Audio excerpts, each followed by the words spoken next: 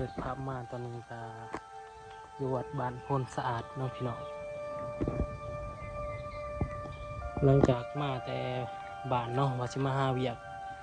แต่ก็แวะมาลินหน่อยนึงเนาะนี่ก็จะเป็นต้นโพใหญ่เป็นจะมัดด้วยสายสิญจน์เนาะหลากหลายสี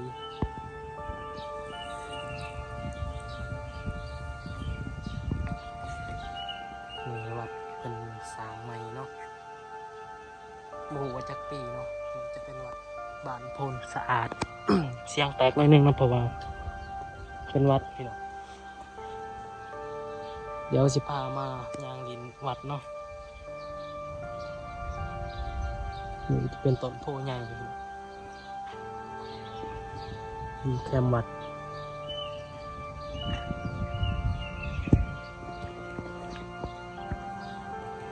จะมีพระพุทธรูปเนาะ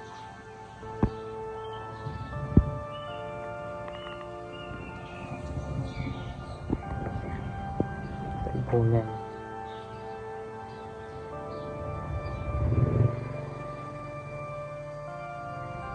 เดี๋ยวจะให้เข้าไปเบิ่งข้างในวัดให้เบิ่งบริเวณรอบกลางวัดกันเนาะพี่น้องสวยงามกันก็จะเป็นวัดกำลังสร้างใหม่เนาะใกล้จะเสร็จแล้วใกล้จะสำเร็จต้นโพนอนอยู่รอบน่าจะได้มันหลอปีขออนุญาตถ่ายเด้อบักใหญ่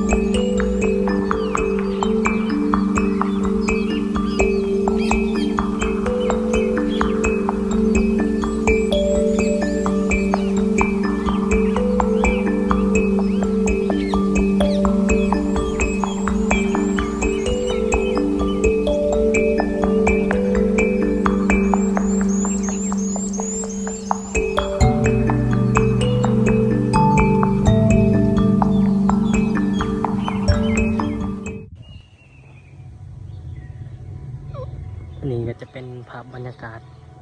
ข้างในวัดบ้านโพนสะอาดกำลังสร้างใหม่เนาะนี่ก็เป็นจะน่าจะเป็นหุบปั่นเนาะสร้างหุบปั่นก็ดำเนิน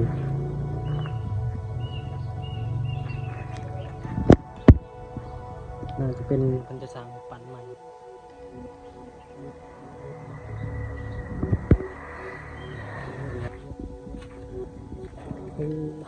ลายสวยงามเลย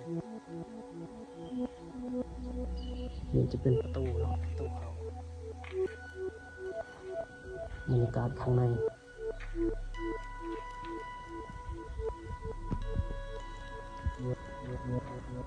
พระพุทธรูป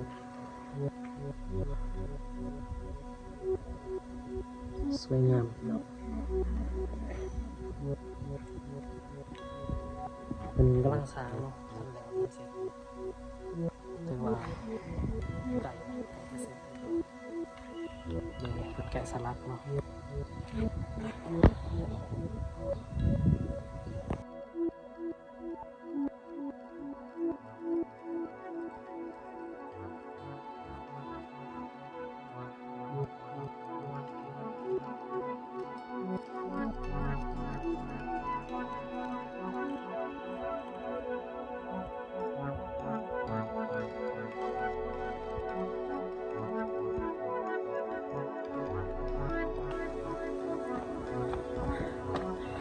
ตอนนี้เฮากับสิพาขึ้นไปเบิ่งหอกล้องเนาะมากับบอกเตืออยู่พุ่น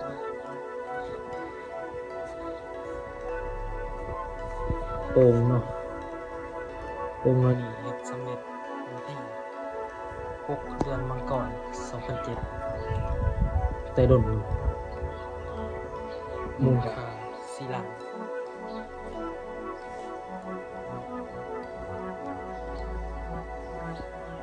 นสมัยก่อนเนาะไปขึ้นเถอะ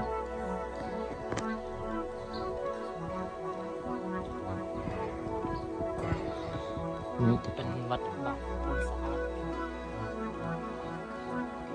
อีเหนียวกาเนาะที่เป็นวัดแถวสูงบรรยากาศมุมสูงเนี่ยทุกคนจะเป็นมุมสูงเนาะกองใหญ่เนาะตีวะ บ่ได้เนาะ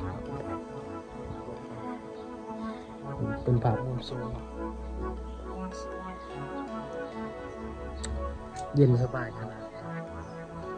บรรยากาศคือแบบดีเลยเนาะพี่น้องมาเล่นมาเที่ยวได้เนาะเมืองยังบ่เมืองไซเซธาเมืองไซเซธาเนาะบ้านโพนสะอาดเห็นยังนี่ลูกเนาะแต่มีบุญจะดังบ่ดังเนาะบ่ดังเลยก็ดังแล้วสมน่ะไปขึ้นไปเบิ่งข้างเทิงอีกอย่างอีกสันหนึ่ง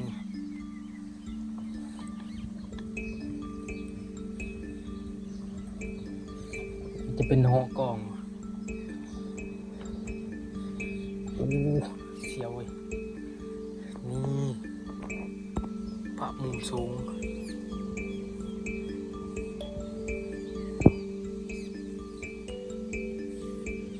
จะเห็นตึกพี่น้องมีตอกมีตึกเป็นภาพบรรยากาศข้างหน้าเนาะมาเบาเตือนเสียนเตือนจะเป็นระฆังเนาะ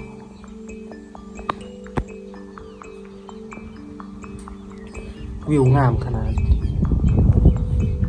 สุดแสงหูแสงตาเลย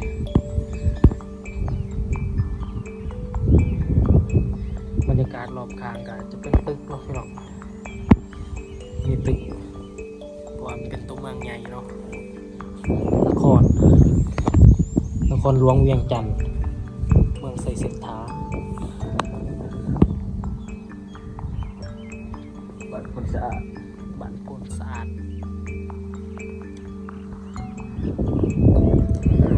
เป็นบรรยากาศทั้งหมดทั้งมวลเนาะเดี๋ยวเราได้ไปใส่เอาจะถ่ายอยู่คือบรรยากาศในมาเที่ยววัดบ้านโพนสะอาดเมืองละแต่เชียงจือกองโมเมนต์เนาะเอาเวียงมั้งโอ้ลูกระเบิดเลย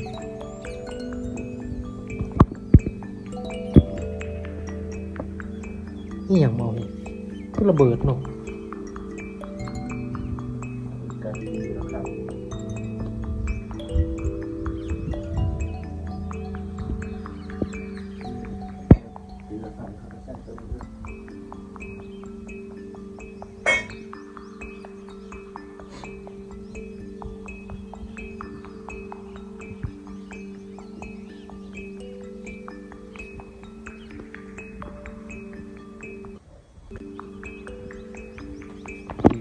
บรรยากาศทั้งเบิดทั้งมวลเนาะ